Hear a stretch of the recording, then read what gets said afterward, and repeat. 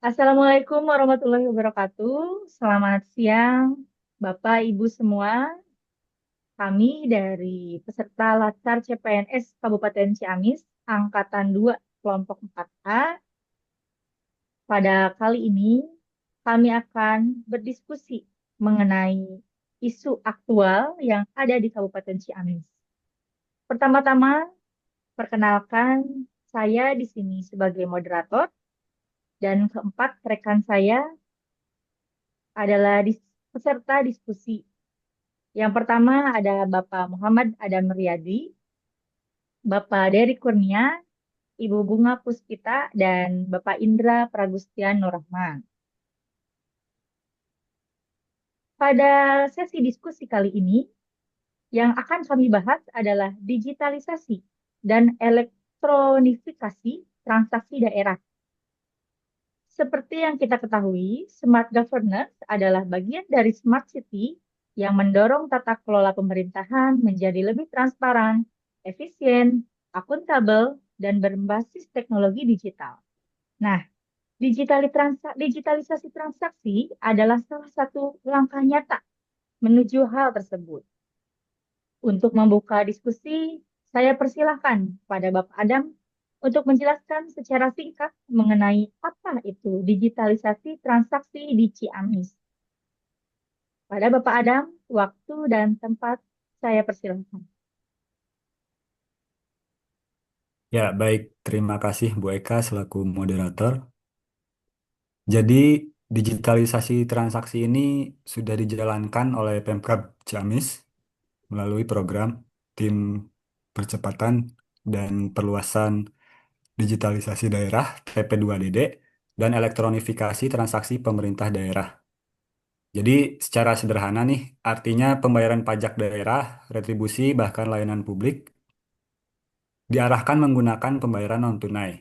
Jadi bisa lewat QRIS, virtual account, ATM, atau aplikasi perbankan. Kalau dulu masyarakat harus antre panjang di loket, sekarang cukup pakai HP. Dan hasilnya tahun 2024, Kabupaten Ciamis dapat penghargaan sebagai TP2DD terbaik kedua di wilayah Jawa Bali. Ini menunjukkan keseriusan pemerintah daerah. Baik, setelah ini barangkali ada yang ingin memberi tanggapannya. Waktu dan tempat saya persilakan. Ya, Ibu Bunga, silakan. Jadi benar sekali ya, dampak positifnya sangat terasa. Yang pertama, masyarakat jadi lebih praktis. Tidak perlu datang ke kantor pajak daerah, cukup bayar lewat aplikasi. Yang kedua, dari sisi pemerintah, jadi lebih transparan dan akuntabel, karena setiap transaksi langsung tercatat secara digital, meminimalkan resiko kebocoran. Yang ketiga, pendapatan daerah jadi lebih optimal. Selama ini kan ada potensi keterlambatan atau kebocoran ketika pembayaran manual. Dengan digitalisasi, hal itu bisa ditekan. Saya sendiri juga pernah mencoba bayar pajak daerah pakai kris, dan prosesnya cepat, tidak sampai 1 menit, jadi benar-benar sangat membantu. Izin menambahkan mungkin Ibu Moderator, saya sangat setuju. Ada manfaat yang besar di sana, akan tetapi ada beberapa hal yang harus diperhatikan oleh kita. Salah satunya itu akses internet di desa-desa. Ini kan masih belum merata. Selain itu, literasi digitalnya. Masih banyak loh masyarakat, terutama orang tua nih, generasi X atau generasi boomer, yang masih lebih nyaman dengan pembayaran langsung, tunai di tempat, seperti itu. Nah, yang ketiga, keamanan data. Kita harus memastikan dulu nih, apakah warga data-datanya benar-benar terjaga atau tidak. Selain itu, resiko kebocoran atau peretasan ini gimana harus lebih dipikirkan karena kan kembali lagi ke pelayanan masyarakat harus bisa terpuaskan dengan adanya layanan seperti ini. Kalau tentang ini tidak bisa diantisipasi atau digitalisasi bisa menimbulkan kesenjangan pelayanan nih. Harus hati-hati kita, harus dipikirkan terlebih dahulu lah, seperti itu mungkin. Ya, baik Terima Bu kasih. Moderator, boleh izin menanggapi? Ya, silakan Eh, Bapak. se- Baik, terima kasih Bu. Saya tertarik dengan yang disampaikan oleh Pak Dery barusan karena hal-hal tersebut tentu saja sudah dipikirkan dengan baik dan ada beberapa gagasan untuk menjawab tantangan-tantangan yang tadi disebutkan oleh Pak Dery. Di antaranya adanya Roadshow Digital Desa itu merupakan suatu program di mana pemerintah daerah bisa turun langsung ke desa-desa mengadakan pelatihan singkat sehingga masyarakat tidak hanya diperintah tapi juga didampingi dari awal diperkenalkan hingga nanti mampu untuk menjalaninya sendiri. Kemudian juga adanya unit layanan digital desa, semacam posko kecil di kantor desa, di mana petugas bisa membantu warga yang kesulitan melakukan transaksi online sehingga mempermudah nantinya dalam sekaligus untuk sosialisasi. Yang ketiga adanya dashboard transparansi publik. Nah, portal online yang bisa diakses oleh masyarakat untuk membantu memantau realisasi pajak atau retribusi yang masuk lewat digital. Dengan begitu, warga juga bisa ikut mengawasi, mana merasa percaya kepada pemerintah, sehingga data-data yang telah dikhawatirkan untuk bocor tadi dapat dipantau oleh masyarakat itu sendiri. Tentunya prinsip akuntabel dan tanggung jawab terjawab di sini. Nah, adanya itu sehingga membuat digitalisasi ini bukan hanya sekedar teknologi, tapi juga pemberdayaan untuk masyarakat. Ya, menarik sekali ya. Jadi kita sudah mendengar manfaat, tantangan, dan juga solusi kreatif. Sekarang saya ingin mendengar pendapat pro dan kontra. Apakah digitalisasi ini lebih banyak manfaatnya atau masih beresiko? Ya, Ibu Bunga dulu deh. Silakan. Waktu dan tempat saya silakan untuk memberikan Ya, tanggapan. terima kasih. Ya, terima kasih ya Ibu Moderator. Kalau menurut saya jelas lebih banyak manfaatnya. Digitalisasi ini membuat layanan publik lebih efisien, mudah diakses, dan juga hemat waktu. Kalaupun ada tantangan, itu sifatnya teknis dan bisa diatasi dengan pendampingan. Justru kalau kita menunda, kita akan semakin tertinggal dibanding daerah lain yang sudah lebih dulu menerapkan. Mungkin seperti itu. Izin berbicara, mungkin saya bukan menolak digitalisasi, tetapi hanya ingin mengingatkan bahwa kesiapan masyarakat itu berbeda-beda.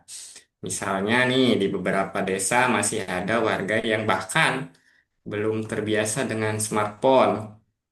Kalau semua misalkan diarahkan untuk digital, mereka pasti merasa ditinggalkan gitu. Jadi menurut saya transisinya harus dilakukan bertahap, jangan tiba-tiba langsung langsung digitalisasi, semua harus wajib memakai digitalisasi. Nah, sambil memastikan ada opsi alternatif lain, mungkin bagi yang kesulitan, jadi harus ada alternatifnya gitu loh. Mungkin itu dari saya. Izin menambahkan, Bu Moderator. Ya, eh, saya rasa benar juga ya apa yang barusan disampaikan. Jadi memang perlu adanya kombinasi ya dari layanan digital yang diperluas, tapi juga layanan manual tetap ada sementara waktu gitu. Nanti setelah literasi digital meningkat, nah barulah layanan manual bisa dikurangi begitu.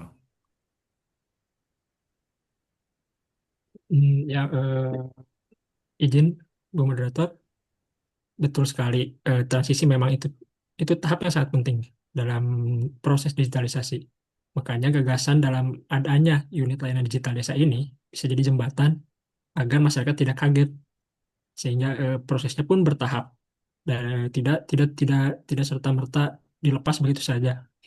Selain itu juga bisa adanya dibuat aplikasi lokal yang sederhana Karena kan kita tahu sendiri aplikasi seperti bank banyak yang cukup mempersulit ya tampilannya. Meskipun mungkin bagi yang muda tampilannya lebih menarik, tapi bagi yang seperti tadi kata Pak Dery, yang Gen Z, yang boomer, mungkin akan yang Gen Z maaf, yang Gen milenial, Gen X. ya Gen X dan milenial, mungkin akan cukup sulit dan akan kebingungan sehingga adanya aplikasi yang simple khusus untuk PMK Ciamis khususnya dengan tampilan simple masyarakat akan lebih mudah dalam menggunakannya seperti itu. Ya, baik, terima kasih. Luar biasa sekali ya diskusi kita hari ini, dari mulai identifikasi isu, eh, manfaat, tantangan, gagasan kreatif, bahkan ada pro kontra ya dari kita. Baik, eh, bisa kita simpulkan beberapa poin dari hasil diskusi kali ini, yaitu digitalisasi transaksi adalah langkah nyata menuju smart governance di Kabupaten Ciamis.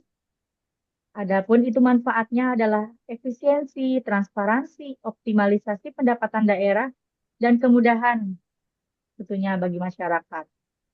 Selain itu, ada pula tantangannya, yaitu kurangnya literasi digital, akses infrastruktur, serta keamanan data. Ada pula gagasan kreatif yang bisa dikembangkan melalui roadshow digital desa, unit layanan digital desa, dashboard transparansi, serta aplikasi sederhana yang ramah pengguna. Artinya, digitalisasi bukan hanya soal teknologi saja, tetapi juga bagaimana memastikan semua masyarakat bisa ikut serta. Dengan begitu, visi smart governance benar-benar akan terwujud. Ya, terima kasih kepada seluruh peserta diskusi. Saya ucapkan wassalamualaikum warahmatullahi wabarakatuh.